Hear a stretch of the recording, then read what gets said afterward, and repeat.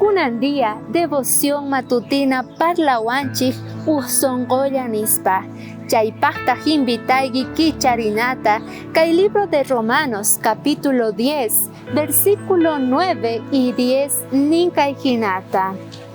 Sichu simigiwan runaspa uyarinanta nigi Jesús ka Señor kasqanta creigitaq sonqoykipi Dios wañusqasmanta payta kawsarichimusqanray kuchayqa salvasqa kayki.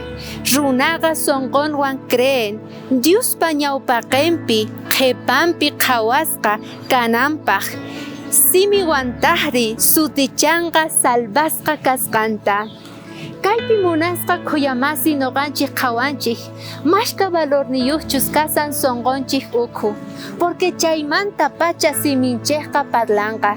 Kunan día tapuyki, imayna kasan sonqoyki, ima kasan chay ukhupi, munaychu, llakichu, nanaychu, chejnichu o tal vez ch'usaq kasan.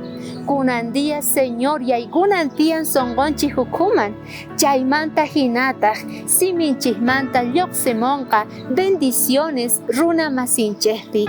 Mana chayri, tal vez huchallikusun munasqa khuyamasi. Chaypi qallarinayki tiyan, llank'arina tiyan primero sonqonchik ukhupi niraq parlanapaq runa masinchikman Diospaq evangeliumanta. Kay hatun yachayta ama qunqaychu munasqa khuyamasi. Diosman kunan entregay sonqoykita, pay llank'arinanpaq, pay allinta ruwananpaq sapa hukninchik rayku.